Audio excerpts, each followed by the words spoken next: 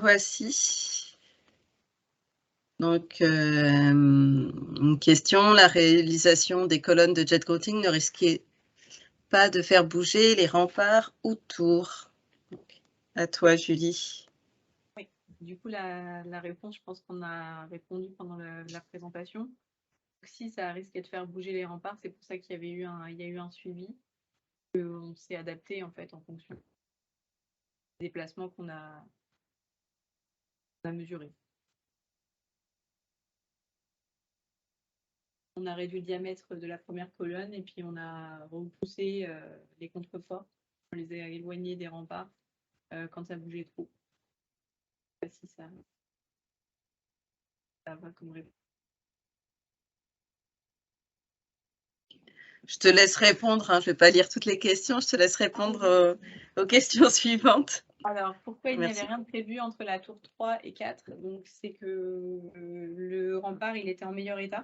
Il n'y avait pas de problème de stabilité repéré. C'est pour ça qu'il n'y avait rien de prévu.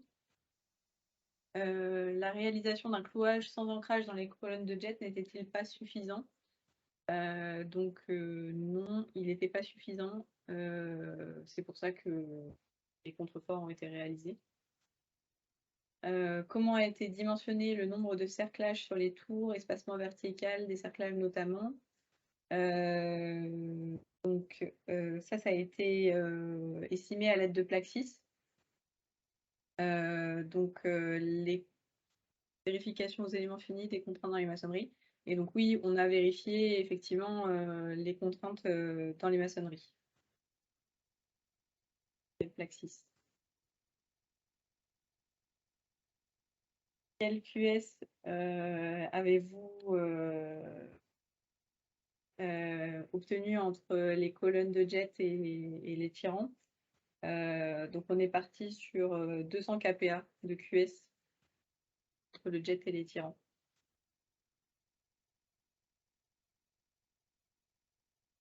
Je vais passer à la diapo d'après. Merci.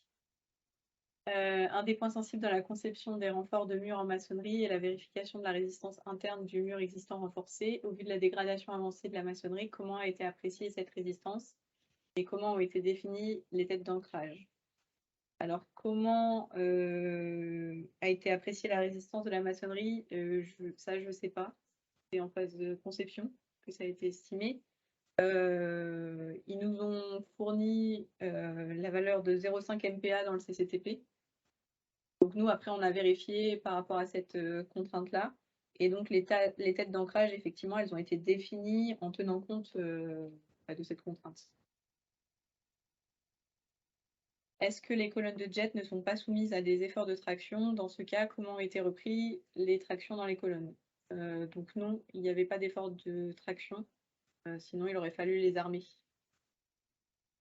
Est-ce que le suivi des déplacements des remparts a été poursuivi après les travaux et montre leur stabilité? Alors là, je pense que oui. Nous, on n'a pas eu de retour négatif, en tout cas, sur la stabilité. On a plutôt des retours positifs sur le confortement. Donc, j'imagine qu'ils ont continué à suivre les déplacements après. Pour le modèle Plaxis 3D, quelles caractéristiques ont été prises en compte pour la maçonnerie et quel seuil de déplacement?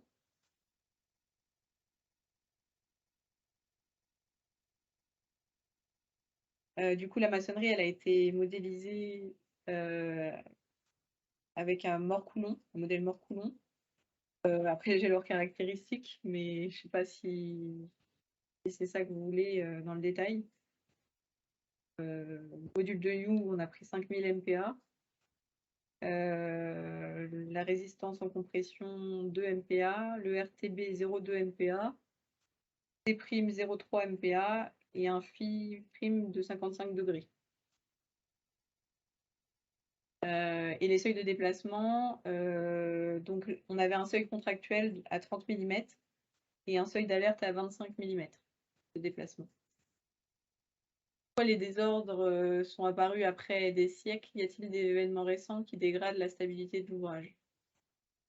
Alors là, je ne sais pas du tout. On n'était pas là du tout dans la phase conception, enfin avant les travaux de confortement, donc il faudrait plutôt poser la question au maître d'ouvrage ou maître d'œuvre. Là-dessus, je ne sais pas répondre. Okay. Très bien, merci. Il y a une question que j'ai pu noter là pour Louis, mais après on passera au chat, puisque entre-temps, il y a 2-3 questions qui sont arrivées. Oui, alors, y a-t-il eu une optimisation de la longueur des tirants entre la conception G2 et l'exécution? Une suppression d'ancrage dans le substratum justifié. En fait, c'est la particularité de ce projet réside dans le fait qu'il y a eu des prestations géotechniques, je vais mettre un guillemet, décousues, par rapport à ce qu'on fait plus maintenant, c'est-à-dire que aujourd'hui, généralement, les missions de conception sont confiées à un bureau d'études qui réalise les phases d'avant-projet, les phases projet, et ensuite qui intervient jusqu'à la partie dossier de consultation des entreprises, l'élaboration d'une partie du DCE pour les ouvrages géotechniques, et qui participe également aux phases de discussion avec les entreprises lors de la remise des offres pour les prestations G2, DCE, ACT. À l'époque, c'était quelque chose qui ne se faisait pratiquement, pour ainsi dire, pas. On avait un bureau d'études géotechniques qui était missionné pour faire des sondages, donner des préconisations, etc. Mais cette phase dite de conception G2 n'était pas systématique, à vrai dire. Et toutes ces informations géotechniques issues des différentes campagnes, des différentes préconisations, ont été prises en main par des équipes de bureaux d'études intégrés dans des groupements d'entreprises, et chacun y a été certainement de son avis pour élaborer une solution telle que je vous l'ai présentée au départ, avec des tirants donc ancrés dans ces alluvions anciennes qui étaient de bonne qualité. Malheureusement, en dessous, on avait des matériaux de moins bonne qualité qui ont un peu servi de... Si on regarde un petit peu, si on dézoome, on a l'impression qu'on a un ouvrage poids qui est assis finalement sur ces terrains qui sont assez médiocres. Donc, si je lis des autres questions, si vous permettez, donc la réalisation... Alors, donc, il n'y a pas eu d'optimisation, en fait, puisqu'il n'y a pas eu vraiment de dossier de conception tel qu'on l'entend, hein, entre la conception et l'exécution. Ça a été une option proposée par les groupements d'entreprises. Alors, je n'ai pas passé, mais bien entendu, il y a eu tout un diagnostic, une phase de diagnostic G5 avant de s'orienter sur les solutions. Et oui, c'est plutôt une instabilité de type Krantz, puisque les efforts de maintien de la paroi revenaient en fait à se répercuter sur cette paroi. On avait plutôt un fonctionnement de mur poids finalement. Comment était réalisé le radier et les planchers intermédiaires avec la démolition de l'ouvrage de stabilité provisoire? Alors ça a été un beau sujet, ça, puisqu'il a fallu réaliser les différents planchers et ménager des réservations pour ensuite démolir l'ensemble de ces ouvrages. Donc ça a été, ce que je disais, un vrai travail de titan. Vous imaginez pour ensuite démolir les liards tels que vous avez vu, c'est des ouvrages colossaux, hein, ces liards. C'est plusieurs milliers de mètres cubes de béton avec un ferraillage très dense. Pour enlever les butons également. Enfin, ça a été vraiment un dossier très très délicat pour les phases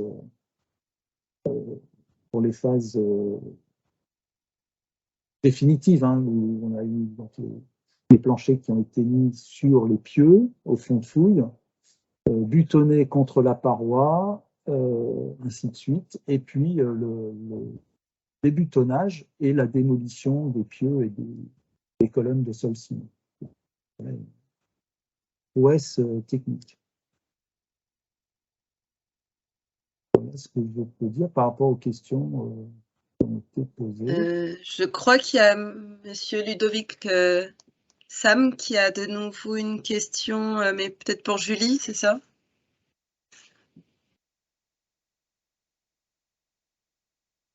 Il y avait une demande de détails. Pourquoi on ne pouvait pas faire un clouage sans ancrage dans les colonnes de jet? Du coup, en fait, les remblais, ils étaient trop hétérogènes. Et donc, du coup, on a préféré rester sur une solution sur poids, qui était la solution de base. Comme je l'ai détaillé dans le historique, c'est lié au fait que tout a été rasé et puis remblayé, quoi. Donc, avec traîne, quoi. Alors, je pourrais rajouter quand même quelque chose pour les solutions de reprise. Il avait également été envisagé de refaire des tirants, mais ça obligeait de remblayer la fouille encore plus pour arriver à avoir une plateforme qui permette de réaliser des tirants sur le premier lit. Et puis surtout, le problème là-dedans, c'est qu'on avait une crainte que la paroi soit endommagée au niveau de la fiche et que ce ne soit pas suffisant. Donc, de faire à nouveau 2 lits tirants ancrés dans le substratum, qu'il y ait un problème de tenue de la paroi moulée pendant ces phases d'excavation.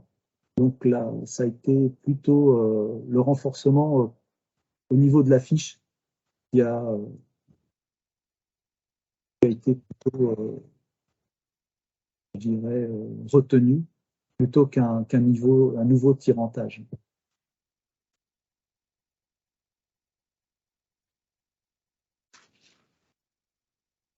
Okay.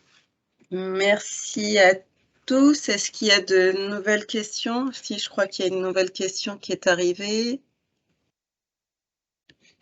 Pour Julie. Vous avez dit qu'entre la tour 3 et 4, il n'y avait pas de désordre. Mais comme dit au début, un rempart n'est pas un mur de soutènement, donc pourquoi ne pas faire de confortement préventif? Oui. Alors, c'est pas l'option qui a été retenue par le maître d'ouvrage. C'est pas ce que le maître d'ouvrage a décidé. Okay. Est-ce qu'il y a du coup de nouvelles questions? Donc, je remercie tous les orateurs pour leur présentation fort intéressante et je vous présente rapidement le programme de la partie 2, donc qui portera sur les ouvrages en remblai renforcé. Mais vous avez tous les détails sur le site du CFMS. Je vous remercie tous et je vous souhaite une belle journée et à très bientôt. Merci, à très bientôt. Merci beaucoup.